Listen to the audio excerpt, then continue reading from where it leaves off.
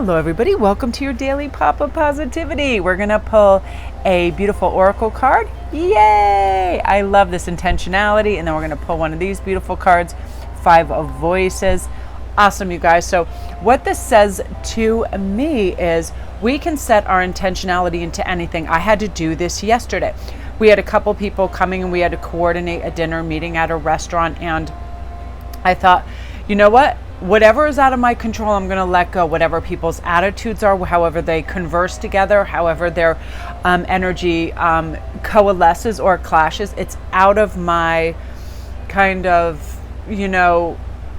it's out of my power and it's out of my control. So I'm not going to be head up, but my intentionality is that I am going to bring grace, comfort, and relaxation to any of the conversation that I can, insightfulness, humor, whatever it is. And by doing that, I was able to kind of like, when things got a little bit, because there was, sometimes there's clashing energies in larger groups of people, that anytime I saw that there might have been like a lag in the conversation, or people could have turned a corner that wouldn't be necessary, just bring in some light and fun conversations and humor to it. Intentionality. Every morning when we wake up, what intentionality can we bring towards the day? What can we bring in there? Now, 5 can be a card of conflict, lack, or constantly seeking or thinking we need more. So we're going to be replacing that with the Muse of Materials. Now, the Muse of Materials is this beautiful, this is all about intentionality, because this is how can I feel grounded? How can I move towards a better, richer, awesome horizon? I sent the intentionality. I am going to be pleasant, optimistic, and grateful, right? Gratitude just does it for me every single time that I infuse an event, an occurrence, a meal, a read with the intentionality of just full focus, love, and positivity.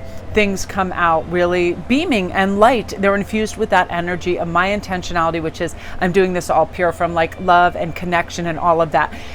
And we can do that at any moment. We can just, boop, let me put the brakes on here. Things are going a little egocentric. And we can't erase the ego from our existence, but we can really notice when it is trying to get a foothold and supersede our heart space, right? When we're trying to put ourselves first, or we want to seem a certain way, or performative energy, whatever.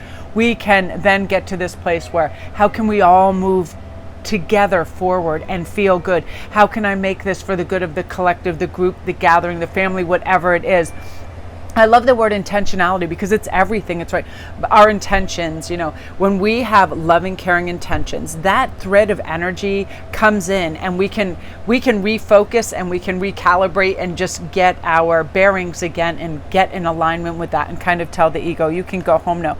You can go home now. And that helps us move into the future very positively. And it also takes us away from boredom or that lackadaisical, I deserve more. Why are things so mundane? Look at this fabulousness over here, and mine is just kind of like murky gray, and theirs is every color in the rainbow. It stops that comparative voice that makes us think we're not enough or our life isn't exciting enough, right? We then sent the intentionality towards this. What's my next choice that I can make where I feel grounded, solid, loving, capable, all of that. Music does this for me. Music stirs up memory, and it takes me back to another time, makes me feel warm, alive, and happy, gets me up and moving, it motivates me, totally lifts my mood, and I feel invigorated. I think I love Guardians of the Galaxy so much because Chris Pratt's character loves it so much, and like in the fight scenes, it's so awesome. And I love those old songs. I love Cat Stevens. I grew up on that. I grew up on,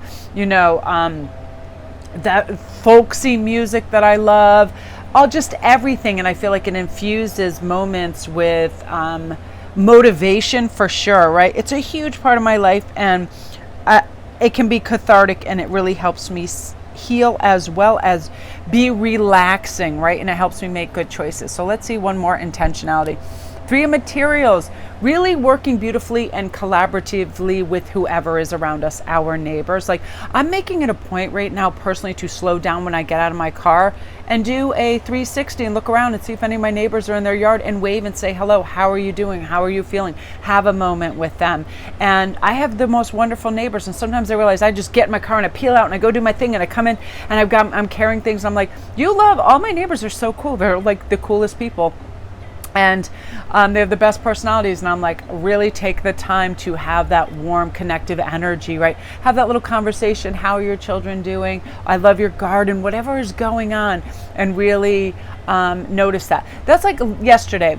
My whole family wanted to sit down and watch another Guardians of the Galaxy, what they love, but I really wanted to make jewelry, so I actually ended up making this really lightweight gold and wooden necklace with this, and it's like multi-layered. I was just sitting there and I was like, somehow if I keep my hands like busy while I'm doing that, I'm in a good mood. And if I want to make jewelry and somebody else wants to watch something, as long as I can coordinate that, like, I'm happy. I don't like to just sit and look at the TV. I know we don't necessarily need to multitask, but I really like to have that kind of busy work, especially if I'm in the mood to make something. And I set the intentionality because I want to be a little productive and have some fun things while I'm inspired, as well as watch a fun movie. So it's working well with others and thinking, how can I enmesh my wishes and wants as well as theirs, and we all have a happy outcome. It could be from anything. If you all want to go to different restaurants, but you find a similar kind of menu that you like, so you can find something, say it's Italian. It doesn't necessarily have to be yours or theirs, but it can be something that has a menu that you guys agree on. Things like that. Because I feel like the one thing we have to be careful is asserting our will on other people to try to get our way.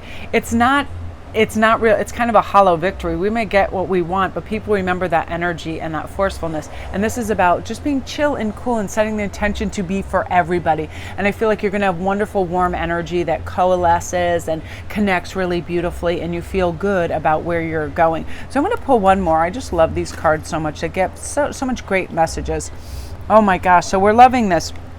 So right away, you guys, I want you to think of a time, just go back for 1 second where you're thinking, how about when do I feel my strongest? When did I feel like I was at my lightest and brightest and most either capable or my strongest, where I felt like I could purely be myself and I didn't need any other people to compare myself to. I was full, because this Judgment card talks about liberation, redemption, awakening. And when we feel our strongest, most centered self, we're fine. We are absolutely fine. We make good calls. We have good judgment. We assess situations. We feel grounded, and we don't second guess ourselves.